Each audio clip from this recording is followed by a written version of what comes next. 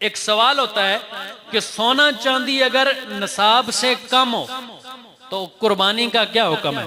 जो हमारी अक्सर माएँ बहनें बेटियां जिनके घर में सोना होता है, किसी के पास 1 तोला है, किसी के पास 2 तोला है, किसी के पास 3 तोला है, कुर्बानी और फितराने के हवाले से बहुत एहतियात की जरूरत है।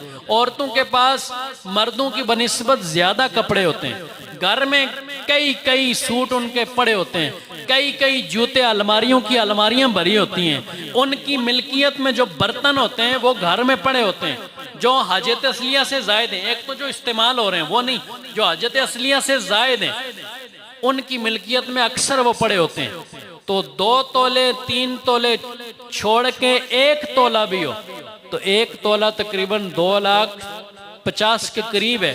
तो कुर्बानी कितने पे वाजिब हुई? 1,47 पे। 1,47,000 पे अगर कुर्बानी वाजिब होती है तो किसी औरत के पास अगर 1 तोला सोना भी है तो उस पे भी कुर्बानी वाजिब है। समझ आइए।